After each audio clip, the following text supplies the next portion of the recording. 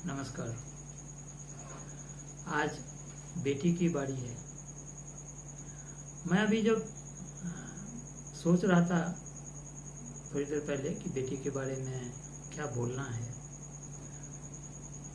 तो मुझे ऐसा लगा कि बेटी का जो जीवन है वो बेटे की तुलना में बहुत अधिक संघर्षशील और तिरस्कारों से भरा हुआ है। इसलिए बेटी की चर्चा तो बेटे से पहले करना चाहिए। बेटी का जो जीवन है वह उसका तिरस्कार जन्म के साथ ही शुरू हो जाता है। कई घरों में बेटी के जन्म पे उत्सव नहीं मनाया जाता अभी भी।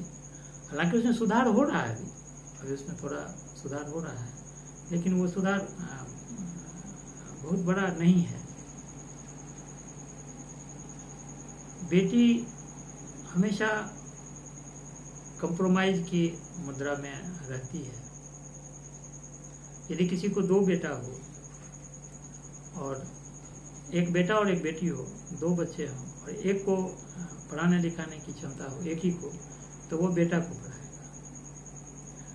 घर के जो संसाधन है, घर में जो खाना है, बेटा पहले ठूस के खा लेगा, फिर बचेगा तो बेटी खाएगी। ऐसा होता रहा है, हो भी रहा है।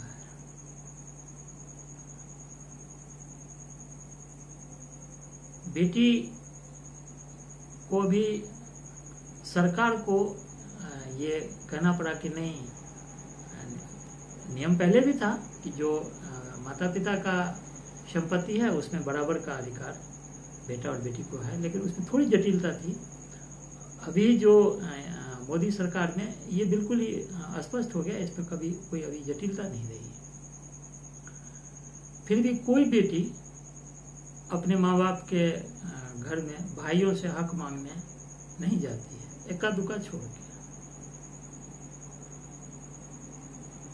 वो अपना जो एक पूरा हक है, पूरा जो अधिकार है, वो नहीं मानती है।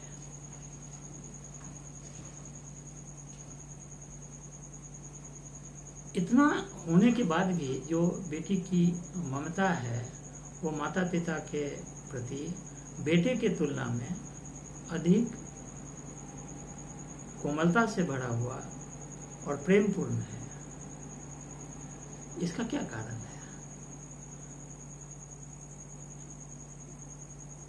मुझे ऐसा लगता है कि जो बेटी है वो मान लीजिए जब थोड़ी समझदार हो गई, जब उसे लगने लगा कि नहीं, ये घर जो है ये हमारा नहीं है, हमें कहीं जाना है, कहाँ जाना है पता नहीं है, वहाँ पर कैसे लोग होंगे पता नहीं है, हमारे साथ कैसा व्यवहार होगा पता नहीं है, तो फिर उसे लगता है कि हमारे जीवन में पता नहीं क्या सब होने वाला है। तो वो अगर तुलनात्मक रूप से देखती है तो लगती है कि अच्छा यहाँ तो फिर भी उतना बुरा नहीं है, अच्छा ही है, अच्छा है यहाँ पे। तो वो कोमलता बनी रहती है। माता पिता को जो बेटी है उसकी शादी की चिंता रहती है, इसके अलावा और खास चिंता नहीं रहती है। पढ़ लिख लिया अब तो आजकल लोग बच्चों को पढ़ा रहे हैं, बेटियों को भी पढ़ा रहे हैं, बेटी पढ़ाओ बेटी बचाओ चल रहा है अभी। लेकिन ये अभी पूरी तरह से बिल्कुल बेटा और बेटी बराबर हो जाए, इसमें मुझे ऐसा लगता है कि थोड़ा और समय लगेगा। जिस गति में अभी चल रहा है वो कोई बहुत संतोषप्रद गति नहीं है। लोगों को 4-4, 5-5 बेटियां हो रही है बेटे के इंतजार में। बेटा होगा तो वारिस होगा, हमारा वारिस नहीं है, बेटी वारिस नहीं है, बेटी को कोई अधिकार नहीं है। ये मानसिकता है। और ऐसा भी नहीं, अभी मान लीजिए कि लोग अगर ऐसा सोचे कि नहीं हमारे पास में जो है वो बेटियों को और बेटों का बराबर बड़ा, तो उसको न कभी शादी की चिंता होगी न दहेज की चिंता होगी। वो लड़के वाले को भाई जो है वो बराबर बराबर ले जाओ, मेरे लिए सब बराबर है, नहीं मानता है।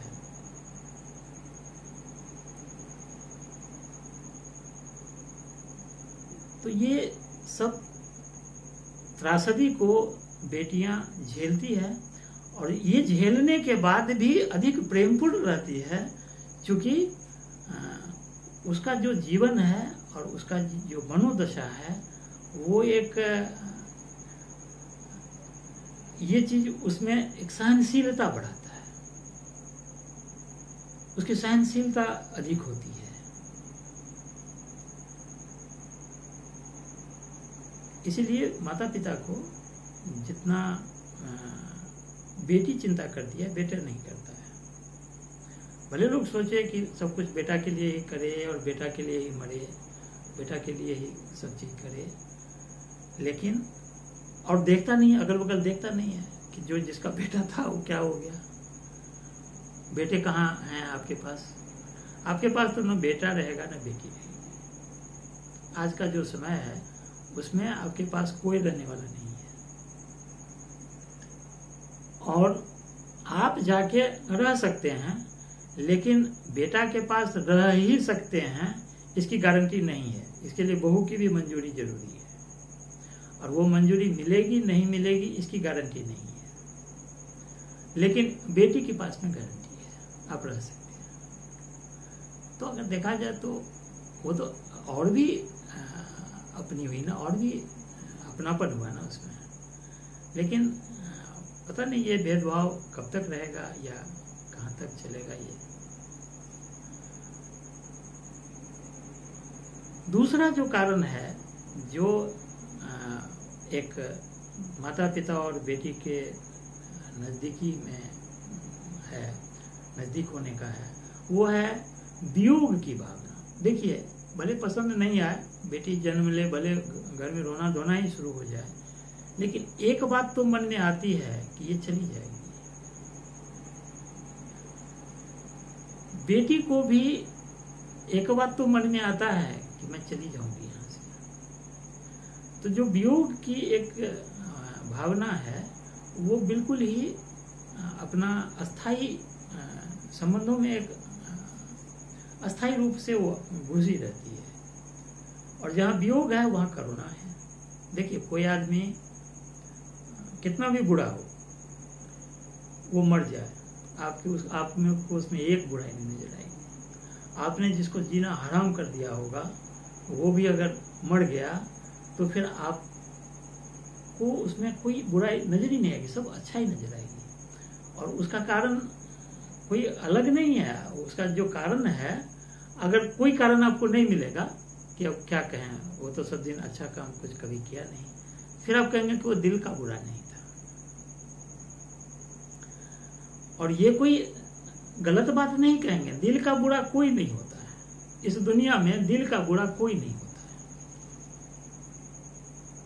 जो होता है वो दिमाग का बुरा होता है, दिल का बुरा तो कोई नहीं होता है, दिल तो सबका कोमल ही होता है। तो उसमें भी आप अच्छा ढूंढ लेते हैं, लेकिन जीते जी वो ये दिल का अच्छा है ये समझ में नहीं आता है, और दिल जीते जी उसके दिमाग को आप पढ़ते हैं, और मर जाने के बाद उसके दिल को पढ़ते हैं। तो बेटी भी चली जाएगी, तो फिर आप उसके दिमाग को नहीं पढ़ते हैं, आप उसके दिल को पढ़ते हैं कि ये चली जाएगी। तो एक जो करुणा का भाव है, एक कोमलता का भाव है, या बेटी को भी लगता है कि मैं चली जाऊंगी, तो फिर वो एक जो भावना में एक जो वियोग का भावना रहता है, तो वो एक आकर्षण है। वो एक अब बेटी तो गई दूसरी जगह गई। अब दूसरी जगह गई तो वहां पे भी एक अलग माहौल को उसको संभालना है। अभी मान लीजिए कि अपना माता पिता है, तो वो तो माता पिता है ही, उसके साथ तो कुछ सोचना ही नहीं, उसके प्रति तो करुणा प्रेम सब कुछ है ही। अब ये आ गए सास ससुर, अब ये ननद देवर, तो अब इसके साथ भी एक उस तरह की भावना को मिला लेना, अपने सास ससुर को भी अपनी माता पिता की तरह व्यवहार करना, इसका भी अभ्यास करना और वो भी मन में बिठा लेना, ये एक बेटी ही कर सकती है। हालांकि आजकल लोग इसमें कमी आ रहा है, करते नहीं है लोग। आजकल सास ससुर को ऐसा कोई पसंद नहीं करती है, लेकिन जो करती है या जिसको जो करती है, जो नहीं करती है, तो आप ऐसा मत सोचिए कि वो कोई बहुत आगे बढ़ जाती है और बड़ा एडवांस है और बड़ा वो जीवन में भले थोड़े पैसे कमा ले, फिर पैसे बचा लेता है, देता नहीं है तो पैसे बचा लेता है, लेकिन जो उसके जीवन की संपूर्णता है ना, वो नहीं है।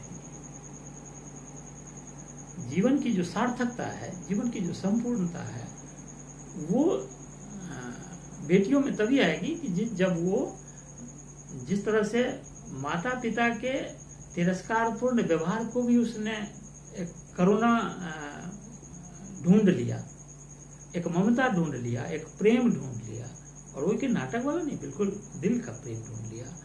उसी तरह से यदि मान लीजिए कि वो उसमें क्षमता तो है, क्योंकि वो अपने घर में भी तो अपने माता पिता के इतने तिरस्कार के बाद उसका इतना सम्मान कर रही है, तो मान लीजिए कि जब वो ससुराल में आएगी तो क्षमता तो है उसमें कि तिरस्कार के बाद भी हम इसका सम्मान करें, क्षमता है। उसका यदि उपयोग करे, उस क्षमता का उपयोग करे, तो वो एक अपने में एक संपूर्णता रहेगी। यही जीवन की संपूर्णता है, बेटियों के जीवन की ये संपूर्णता है कि बेटी जब माँ बाप के घर में है, भले उसके साथ में चाहे मान हो, अपमान हो, तिरस्कार हो, फिर भी वो माँ बाप को अपना प्राण से प्रिय मानती है। तो ये क्षमता बेटी में ही है, बेटा में नहीं है। बेटा तो ना बाप का होता है ना सास ससुर का, बेटा किसी का नहीं होता, वो न्यूट्रल रहता है। सारा जो निर्भर है वो बेटियों पे है। तो और बेटी में ये क्षमता भी है, क्योंकि जो स्त्री है, स्त्री में सब चीज अधिक है, धैर्य, साहस, प्रेम, करुणा, ममता, ये सब चीज का भंडार है। तो उसे वो वहां भी बांटती रही है, यहां भी बांट सकती है, बांटना चाहिए।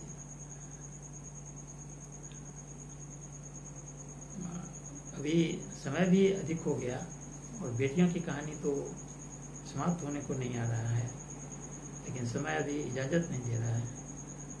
कल चर्चा करेंगे पति पत्नी।